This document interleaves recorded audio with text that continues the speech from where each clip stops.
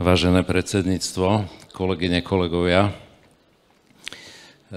aspoň u nás v Žiline sa detskí ortopedi cítia ako súčasť pediatrie.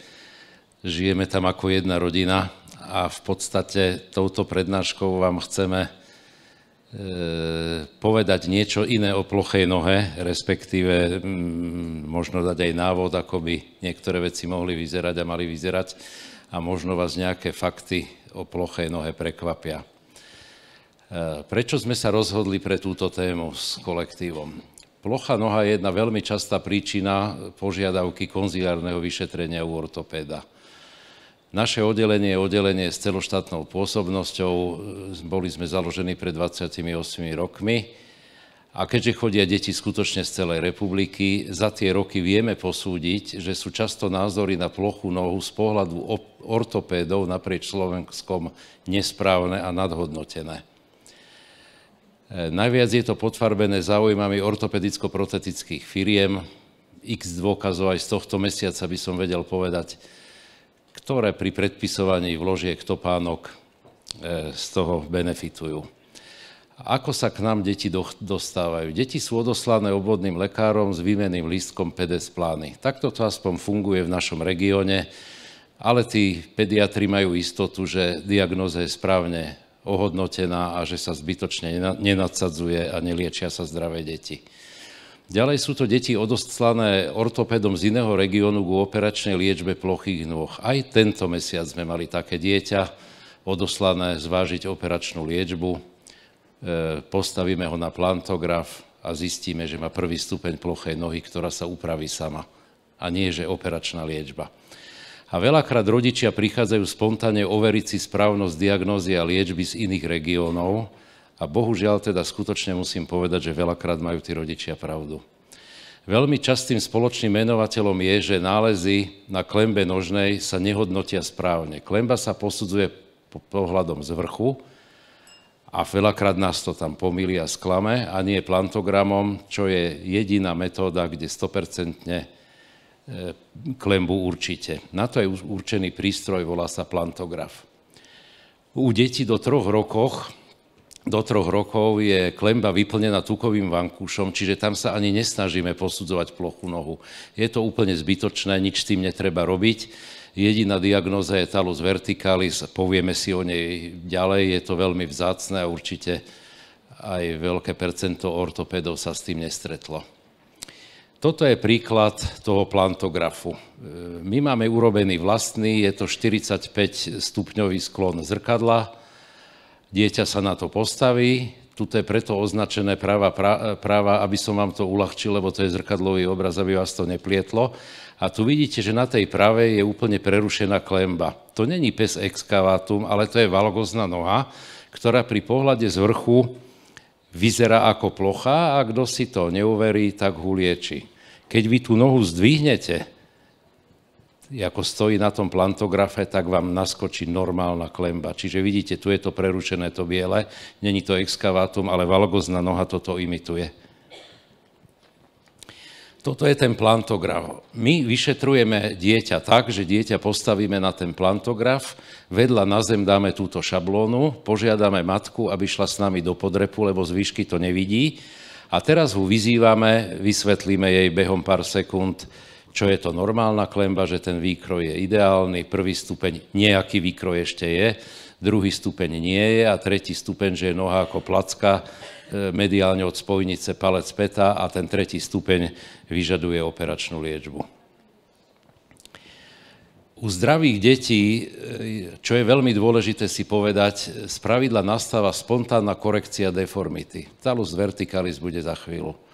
U detí s centrálnymi periférnymi obrnami a syndrómami je vždy potrebná operačná liečba. Keď si všimnete túto nohu mediálne, to je neurogénna noha, vždy tam bývajú aj haluce z valgy ako súčasť deformity.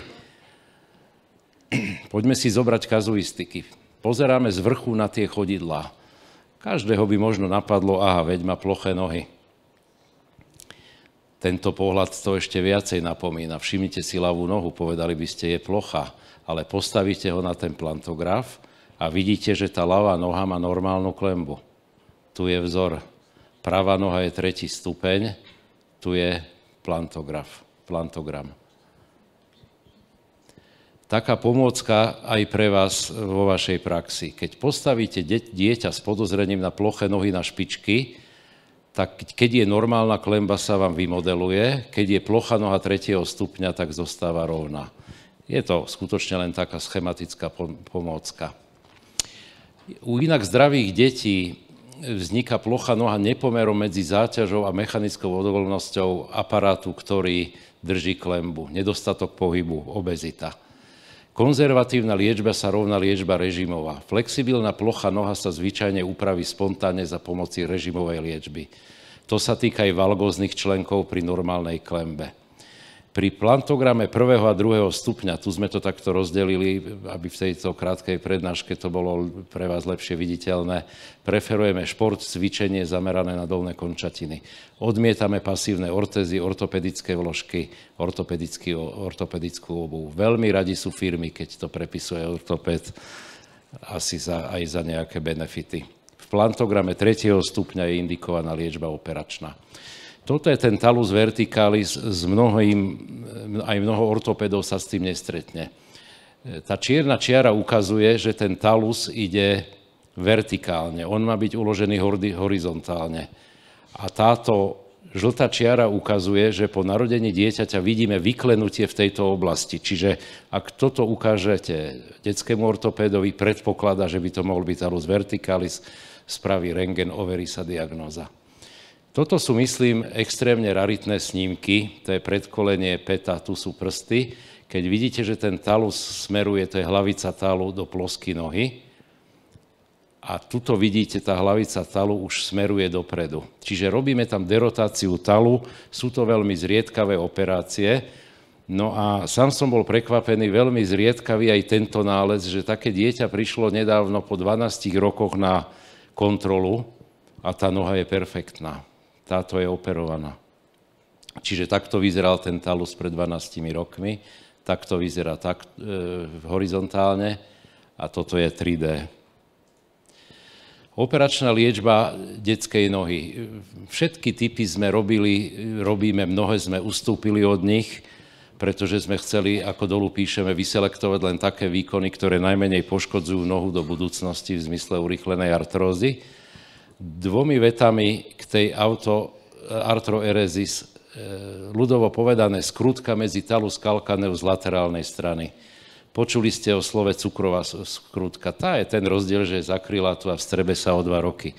Ale je to nezmysel, lebo vy umelo dáte zarážku, spacer medzi 2 kosti a buď sa cukrová vstrebe, alebo tú druhú musíte vybrať, ale nič sa vám nezmení na liečbe. A ak je klemba 1. 2. stupňa, tak sa upraví sama. My túto operáciu neuznávame. Veľmi dobrá je Grice-Greenová operácia, to je z laterálnej strany, urobíme si koridor v sinus tarsi, tu je talus, tu je calcaneus, štep obyčajne od matky, ak je dieťa malé, že sa nedá zobrať od dieťaťa. Ten štep tam spojíme, fixujeme ho perkutánne drôtom, tým zdvihneme laterálnu časť nohy a upravíme klembu. Je to veľmi dobrá metóda, ale už nám robí dézu medzi talom calcaneom a to je to, čo som hovoril na začiatku, že my nechceme ovplyvňovať žiaden klb na nohe. Čiže vykonávame Evansovú elongačnú osteotómiu. Toto je talus, tu je preťatý. Roztiahneme ho spondylochirurgickými kliešťami, vložíme tam štep a takisto fixujeme perkutáne, tým predĺžime laterálny stĺp nohy a upravíme klembu. Toto je rentgenový nález, medzi tými 2 čiernymi čiarkami je ten štep spánvy. Druhá operácia, veľmi dobrá, je Youngová operácia, je to dynamická operácia. Tibialis anterior bežne ide takto, ale my ho transponujeme pod navikulárku, tam je to N. Toto je proces transpozície a toto je ukončená transpozícia, čiže dvíha nám dynamicky mediálnu časť nohy. Krásna operácia. Nie vždy ju robíme s tým Evansom, ale veľakrát pri ťažkých stavoch to robíme. Neuropaticko-myopatické ploché nohy. To sú tie, ktoré sú najčastejšie u detí.